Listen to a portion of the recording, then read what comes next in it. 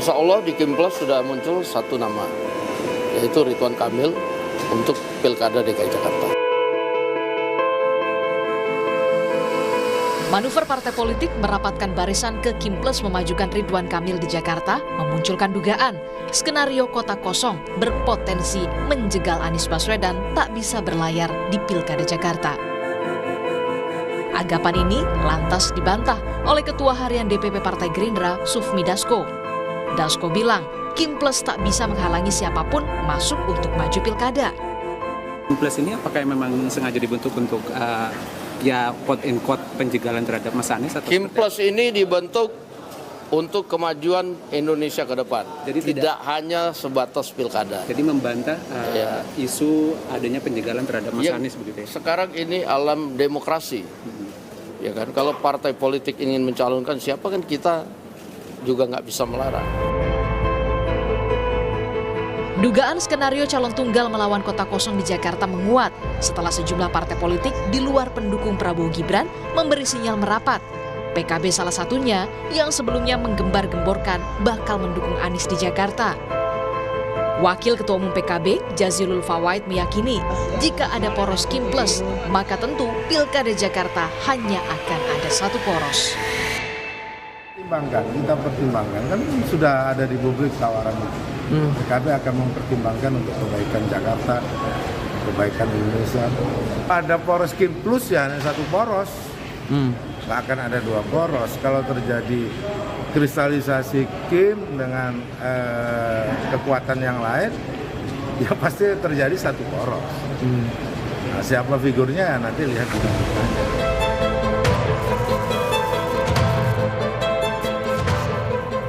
PDI Perjuangan tak mau tinggal diam. Sekjen PDI Perjuangan Hasto Kristianto bilang tak akan membiarkan calon tunggal melawan kota kosong di Pilkada Jakarta. Upaya kerjasama masih dilakukan dengan partai politik lain. Suara rakyat itu harus dicerminkan di dalam kontestasi yang sehat. Apalagi untuk Jakarta yang memiliki peran yang penting dan sangat strategis. PDI Perjuangan terus membangun komunikasi politik dengan partai-partai sehingga nantinya di Jakarta tidak akan ada kota kosong. Direktur Trias Politika Strategis Agung Baskoro berpandangan terbuka peluang calon tunggal di Pilkada Jakarta melawan kota kosong. Namun, ia mewanti-wanti kota kosong bisa menang melawan calon tunggal jika tidak berhati-hati. Kemungkinannya ada, ya. Tapi saya melihat apakah seberani teman-teman Koalisi Indonesia Maju untuk membuat kota kosong terjadi, ya. Karena publik Jakarta ini kan pemilih rasional, ya. Kelas menengahnya cukup solid, gitu ya.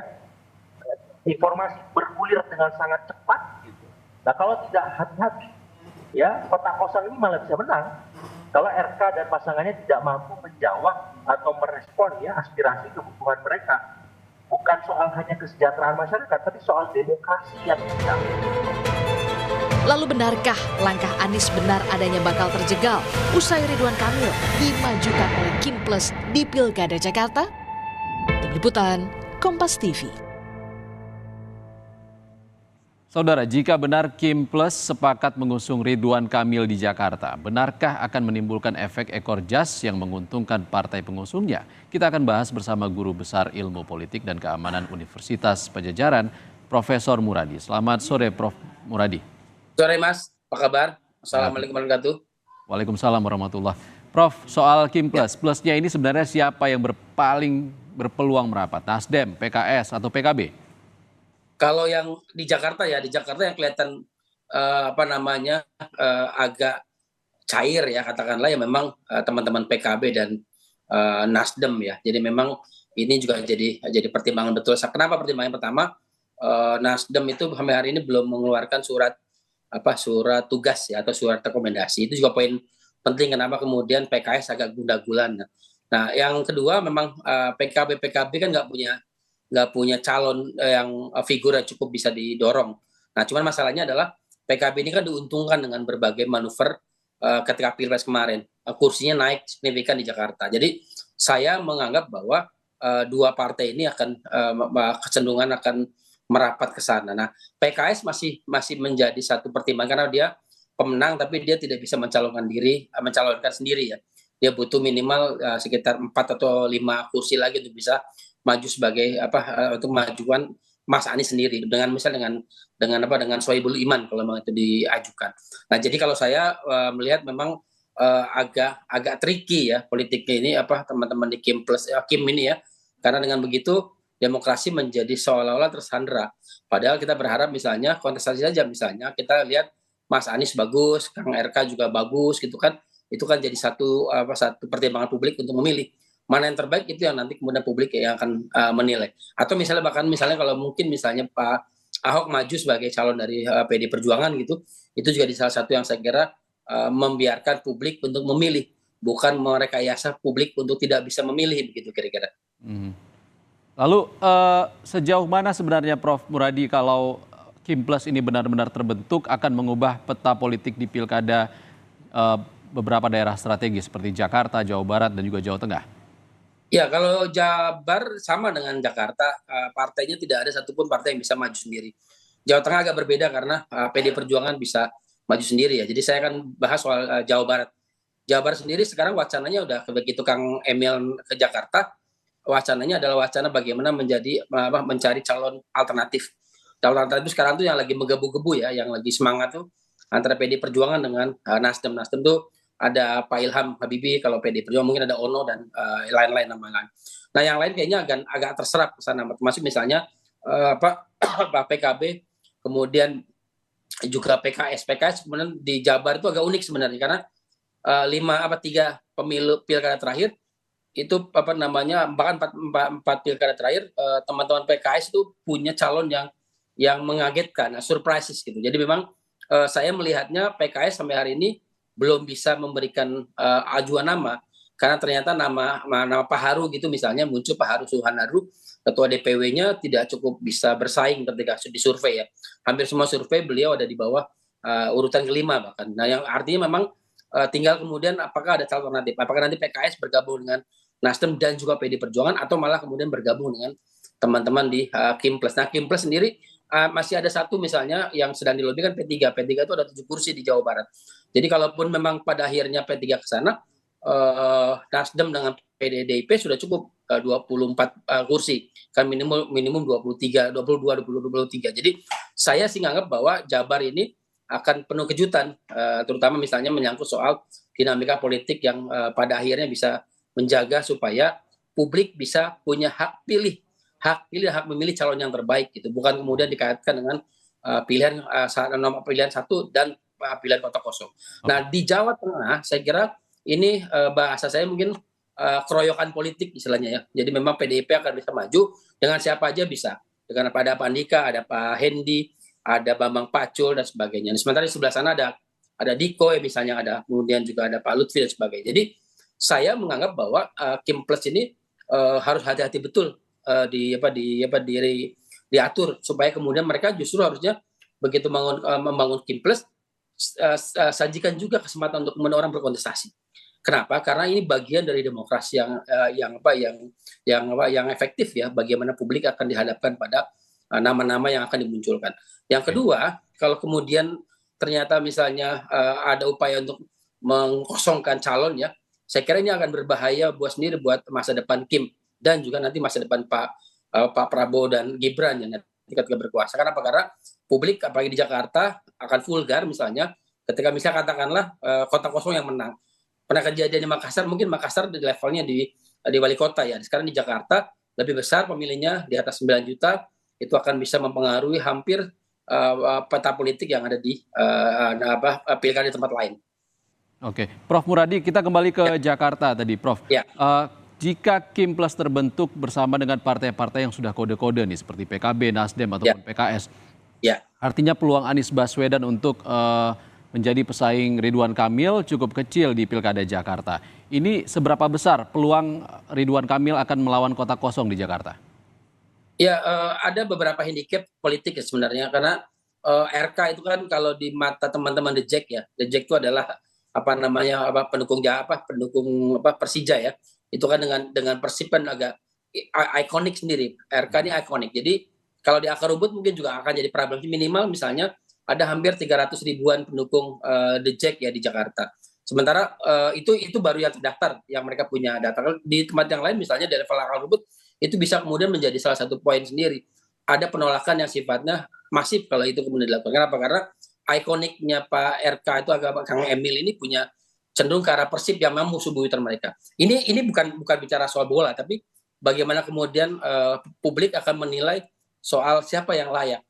Artinya apa? Artinya peluang untuk kemudian RK menang signifikan ya, seperti halnya Mas Gibran di Solo itu kelihatannya agak berat. Misalnya saya memprediksi mungkin 50-50 ya sampai pada level hari ini ya, minimal bahwa kemudian ada penolakan yang cukup sini. Kecuali mesin politik partai bergerak.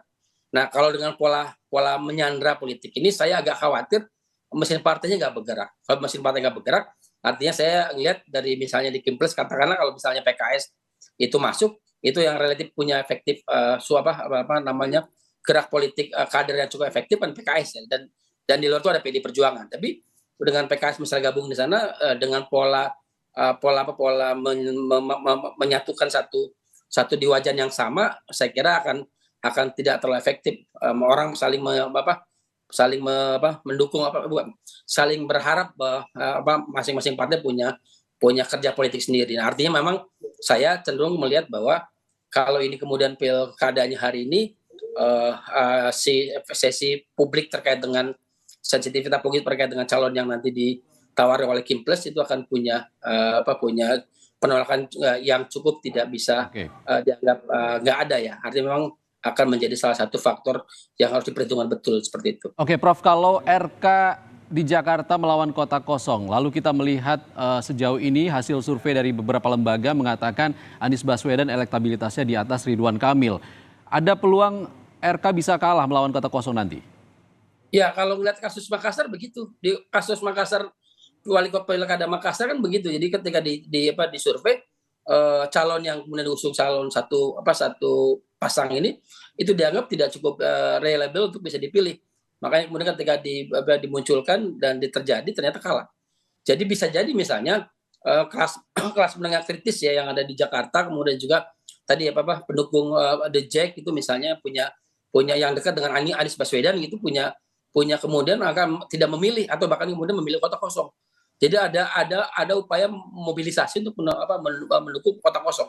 Kalau itu yang terjadi, saya nggak bisa membayangkan misalnya ada delegitimasi awal ya sebelum setelah Pak Prabowo dilantik, sebulan setelah Pak Prabowo dilantik. Artinya apa?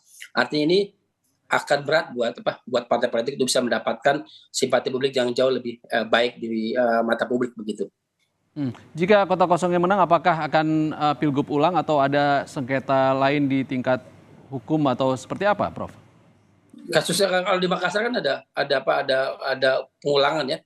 Ya tinggal kemudian saya kira bukan itu esensinya mungkin Mas. Kalau menurut saya lebih pada soal teman-teman partai politik jadi tidak lagi baik di mata publik. Itu jauh lebih mahal ketimbang misalnya memaksakan dengan ada kota kosong. Jadi kalau saya menyarankan saja biarkan kontestasi terjadi dan terjadi upaya untuk memaksa partai politik untuk bekerja. Karena begini, dengan misalnya katakan saya berandai-andai misalnya di Jakarta ada koalisi historis ya, koalisi yang tidak pernah kejadian di banyak tempat, misalnya PDIP dengan PKS begitu kira-kira. Apakah nanti kemudian Sohibul Iman yang jadi cagup atau misalnya Ahok dan sebagainya misalnya kira-kira gitu ya. Itu terjadi, saya kira akan terjadi hal yang menarik. Atau misalnya katakanlah Anies dengan Ahok begitu. Jadi memang pada akhirnya orang akan punya pilihan. Artinya juga bahwa partai politik bekerja. Kalau kemudian situasinya dipaksakan dengan hanya kota kosong, saya cenderung kemudian melihat bahwa ada upaya dari partai politik untuk mendelegitimasi sendiri ya, di mata publik. Karena dianggap tidak siap untuk bertarung. Kalau dalam politik kontestasi kan yang paling utama dalam konteks politik adalah bagaimana kontestasi itu bisa berjalan dengan terbuka, dengan fair, dan bisa kemudian saling memilih calon yang terbaik untuk masyarakat Jakarta begitu. Prof, di antara partai yang di luar KIM, PDIP yang tegas mengatakan akan mencegah terjadinya kota kosong di Pilkada Jakarta. Kira-kira siapa partai atau parpol, kan butuhnya satu saja sebenarnya. PDIP punya 15 kursi di Jakarta. Kira-kira siapa yang akan sebaiknya yang paling mudah untuk ditarik PDIP untuk bergabung membentuk poros baru? Kalau misalnya yang masih mungkin kan ada P3 1 kursi, Perindo 1 kursi, baru 17 Mas. Jadi mungkin butuh mungkin PKS atau bahkan kalau saya sih lebih nyaman misalnya dengan Nasdem ya. Jadi katakanlah PDIP dengan Nasdem itu langkah geraknya mirip. Mereka punya preset posisi politik mereka cenderung agak mirip dengan yang dilakukan oleh PDIP. Jadi memang kalau bandul politik itu dia cenderung kemudian mengarah ke kiri gitu. Jadi memang kalau itu dilakukan saya kira akan menarik. Nasdem kemudian juga ada PD Perjuangan. Walaupun tadi P3 kan cuma 1 kursi, sebenarnya nggak terlalu signifikan untuk di Jakarta. Ada Perindo juga 1 kursi juga nggak terlalu signifikan untuk kemudian karena masih kurang. Tapi kalau kemudian misal mereka berharap bahwa P3 kemudian Perindo kemudian tambah Nasdem itu misalnya 1 calon sendiri saya kira menarik. Kenapa? Karena bisa jadi misalnya PKS pada akhirnya yang merasa punya saham untuk terkait dengan jadinya Anies di Jakarta pada periode pertama itu pada akhirnya akan bergabung. Dan saya kira dua pasang ini akan menarik untuk bisa dipilih oleh publik. Paling tidak misalnya begini, kalaupun misalnya pada akhirnya Anies mendapatkan sindrom periode kedua ya di Jakarta karena 2 kali periode, 2 kali pemilu, 2 kali pilgub calon petahana kalah. Artinya memang memungkinkan sekali bahwa Pak Anies mungkin dikalahkan kalau misalnya mesin politiknya bergerak. Tapi kalau kemudian misalnya dengan mekanisme tadi, saya kira potensi untuk head to head yang lebih serius saya kira akan menarik. Kenapa? Karena calon didukung oleh PDIP kemudian Nasdem, P3 dan mungkin Perindo itu bisa punya kecenderungan untuk bisa melawan balik apa yang menjadi keinginan dari teman-teman di Kim Plus itu sendiri begitu. Baik, kita nantikan seperti apa dinamikanya ke depan. Terima kasih Profesor Muradi, Guru Besar Ilmu Politik Universitas Padjadjaran sudah berbagi pandangan bersama kami di Rumah Pilkada. Terima kasih Prof.